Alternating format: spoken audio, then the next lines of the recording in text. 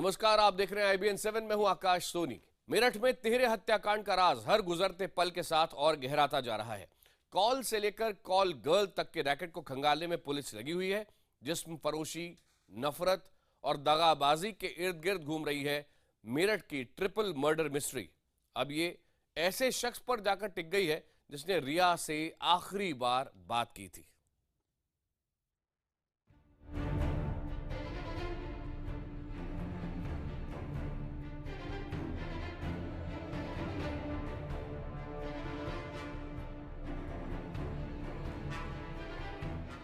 इस घर के बाहर सवालों की भीड़ है और घर के भीतर मौत का मातम।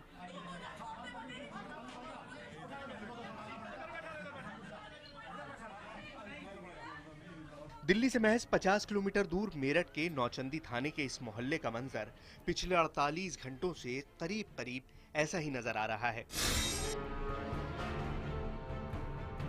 एक ही सवाल यहाँ इस पूरी भीड़ को बांधे हुए है और वो सवाल यही है कि आखिर इस मकान में मिली तीसरी लाश जिस लड़की की है, उसका असली सच क्या है।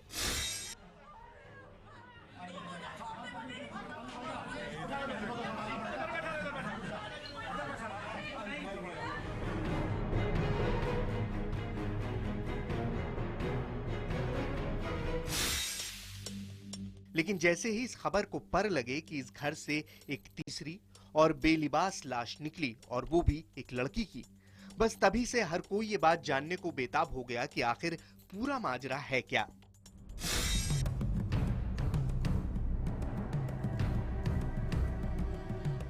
बीते 48 घंटों के दौरान पुलिस ने उस लड़की की पहचान का पता तो लगा लिया, लेकिन अभी उसकी पूरी असलियत का पता लगाने में उसे कामयाबी नहीं मिली है।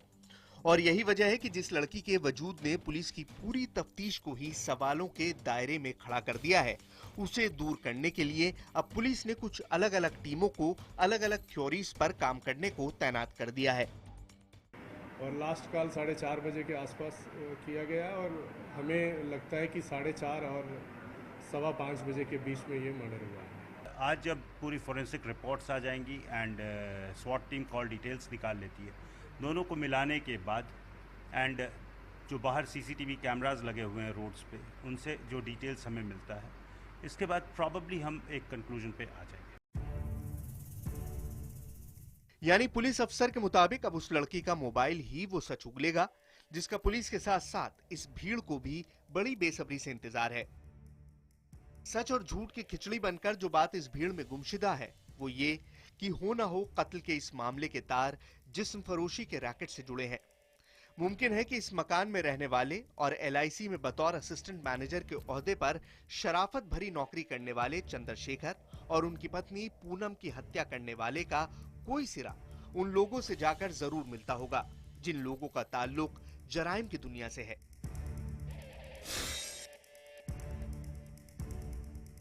ऐसे संदिग्ध चीज़ें हमारे हाथ लगे हैं और जिसको हम लोग विवेचना में शामिल करके विवेचना कर रहे हैं और उसमें जांच पड़ताल चल रही है।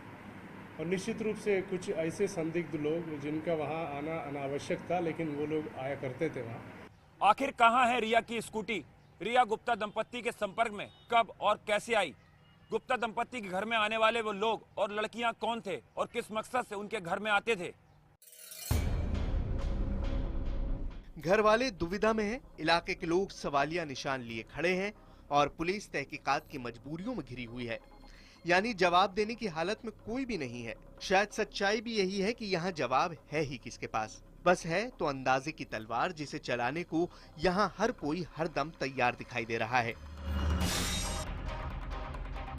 पूरा फोकस अभी रिया पे ही है कि क्योंकि उनका वहाँ जाना ही अपने आप में एक अलग चीज़ है कि जिससे कोई रिलेशन नहीं होना चाहिए था। और गुप्ता जी लोगों के साथ ये वहाँ क्यों पहुँच गई, इसी से वो केस आ गया। ऐसे में पुलिस ने यही कहकर अपना दामन बचाने का दांव चला है कि अब उस लड़की के मोबाइल के जरिए वो उन लोगों तक पहुंचने की कोशिश कर रही है जिन लोगों ने मेरठ के इस घर में खूनी खेल खेला।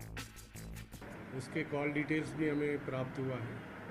उनके कॉल डिटेल्स के आधार पर हमें कुछ कॉन्क्रीट एविडेंस मिले हैं जिसका आज हम लोग एग्जामिन करेंगे। हमें पूरा उम्मीद है कि उसके खुलते ही इस केस का सारे जो मिस्ट्री है वो खुल जाए।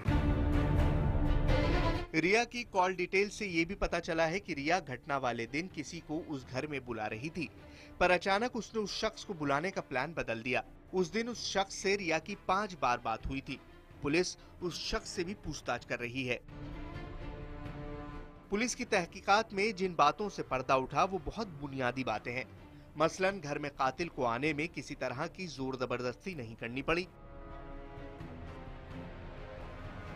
पुलिस को लाशों पर 4 से 5 चाकुओं के वार के निशान मिले हैं, यानी कातिल ने ये बात पूरी तरह से तय कर ली थी कि अब कोई बचने ना पाए। एक ये भी बात कुछ हद तक साफ हो गई कि चंद्रशेखर की पत्नी और घर में मिली लड़की पिछले कुछ अरसे से एक दूसरे के संपर्क में थी और अक्सर दोनों एक ही पार्लर में देखी गई थी। लेकिन घर के बाहर मौजूद सवालों का चेहरा अब भी पूरी तरह साफ नहीं है, मगर बाहर सवाल कई खड़े दिखाई दे रहे हैं। क्या उस लड़की का चंद्रशेखर या उसकी पत्नी से कोई नाता था? क्या लड़की का ताल्लुक वाकई जिस्म फरोशी के धंधे से था? अगर उसका ताल्लुक जिस्म फरोशी के धंधे से था तो क्या उसने चंद्रशेखर को भी अपना शिकार बना रखा था? क्या चंद्रशेखर उस लड़की के इस सच से अच्छी तरह वाकिफ थे? क्या चंद्रशेखर के घर वालों को भी इस लड़की की सच्चाई पता थी? क्या चंद्रशेखर के घर पर लड़की अक्सर आती जाती थी? क्या इस कयास में वाकई दम है कि लड़की के ताल्लुक बहुत ऊंची पहुंच के लोगों से भी थे? क्या इस मर्डर मिस्ट्री के पीछे ब्लैकमेलिंग का खेल तो नहीं है? क्या रिया कातिल को ब्लैकमेल कर रही थी? क्या ये एक कॉन्ट्रैक्ट किलिंग तो नहीं है? क्या कातिल सिर्फ रिया को जानता था या फिर इन तीनों से कातिल की जानी दुश्मनी थी?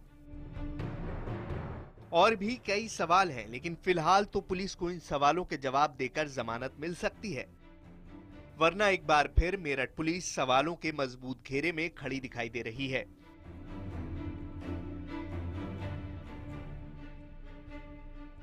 मेरठ पुलिस की जांच रिया के इर्द गिर्द ही घूम रही है। पुलिस इस एंगल से भी मामले की तफ्तीश कर रही है कि इस ट्रिपल मर्डर के पीछे रिया का कोई सनकी आशिक तो नहीं है। आनंद तिवारी, मेरठ, IBN 7। उत्तर प्रदेश में चुनावी हलचल बढ़ने के साथ ही नए नए सियासी समीकरण बनने लगे हैं। डॉन मुख्तार अंसारी अब उत्तर प्रदेश में साइकिल की सवारी करने की तैयारी में है।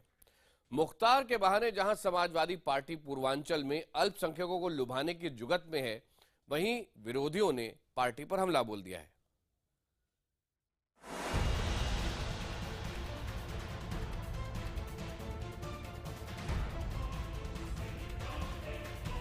पिछले करीब 11 सालों से विधायक कृष्णानंद राय के कत्ल के आरोप में जेल में बंद बाहुबली मुख्तार अंसारी अब साइकिल की सवारी करेंगे।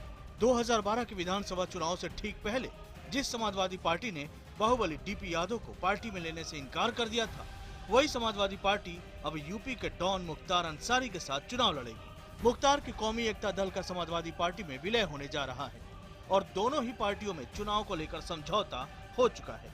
फिलहाल मुख्तार की पार्टी के 2 विधायक हैं, जिनमें एक खुद मुख्तार और दूसरे उनके भाई सिबेतुल्लाह हैं। मुख्तार के खिलाफ हत्या की कोशिश और रंगदारी जैसे कई मामले दर्ज हैं। ऐसे में विरोधी दलों ने मुख्तार से नजदीकी को लेकर समाजवादी पार्टी पर हमला बोला है।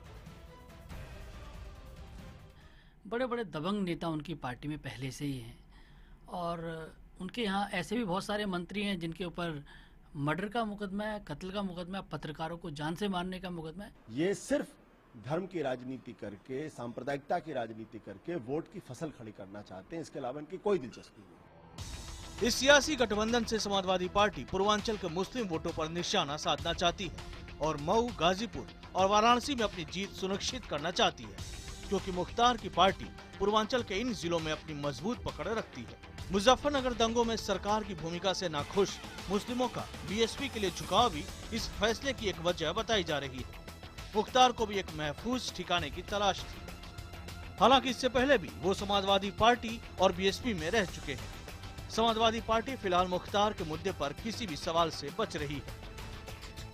अब आप पूछ लेना, चलो जब ज्वाइन कराएंगे तब उस दिन पूछेंगे। चलो।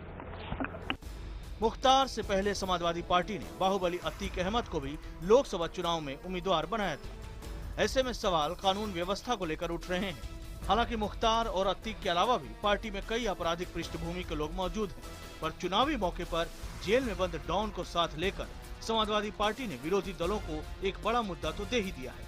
खबर ये भी है कि समाजवादी पार्टी पश्चिमी यूपी में जाटों को साधने के लिए अजीत सिंह को भी साथ लेने जा रही है।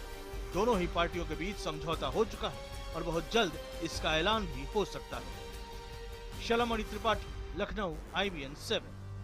आइए अब आगे बढ़ते हैं और बात करते हैं कैसे कांग्रेस के एक दलित वर्कर ने अजय माकन के खिलाफ दिल्ली के मंदिर मार्ग थाने में केस दर्ज कराया है।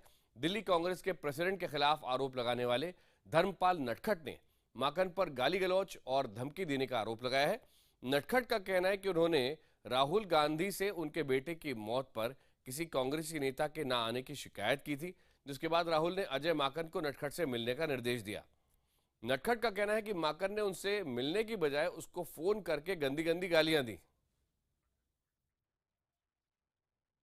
आया था सर राहुल जी से मिलने, जन्मदिन की बधाई देने, मैं उनसे बात कर रहा था। मैंने सर मेरे कल सब ठीक है, उन्होंने मेरे हाथ रखा सिर पे, क्या हुआ? मैंने सर मेरे बेटे की डेथ हो गई, मैं पार्टी का सिपाही हूँ, इनको इतना भी नहीं है कि मेरे घर आए। तो राजीव जी ने, राहुल जी ने मेरे गले बात रखा, लगा जी इनके घर जाना। उसको लगा, आंख देख के मुझे कहने लगा, मेरी शिकायत करता 1 घंटे में मुझे उसने इतनी गंदी गंदी गालियां देनी शुरू कर दी, इतनी गंदी। मैं कांग्रेस का सिपाही हूँ और दलित हूँ, इसलिए मेरे साथ बदतमीजी। तो कांग्रेस के इस दलित नेता को आपने देखा, वो रुआंसे थे, बल्कि उनके आंसू आ गए उसके बाद बात करते करते। और अजय माकन पे वो आरोप लगा रहे हैं कि राहुल गांधी ने उनसे मिलने के लिए कहा था, लेकिन वो गंदी गंदी गालियां इस दलित नेता को देने लगे। इस पर जब उन्हें प्रतिक्रिया लेनी चाहिए तो कांग्रेस नेता जयराम रमेश का कहना है कि ये 2 लोगों के बीच का आपसी मामला है और इस पर मैं कुछ नहीं कहूंगा। कुछ नहीं, जो कुछ कहना है ये एक नेशनल ब्रीफिंग है, राष्ट्रीय मुद्दे हैं, अंतर्राष्ट्रीय मुद्दे हैं, वर्कर के मुद्दे भी महत्वपूर्ण है। वो उनके स्तर पर अजय माकन जी ने जो कुछ कहना है वो कह दिया उन्होंने। और खुद अजय माकन का जहां तक सवाल है, उनका ये कहना है कि कुछ जगहों पर जो रिकॉर्डिंग चलाई जा रही है उसमें जो आवाज है जिसमें गंदी गंदी गालियां देते हुए किसी को सुनाया जा रहा है, वो आवाज उनकी नहीं है। बहरहाल लगता नहीं है कि मामला ये समाप्त होने वाला है, लेकिन बुलेटिन समाप्त होने का समय आ गया है।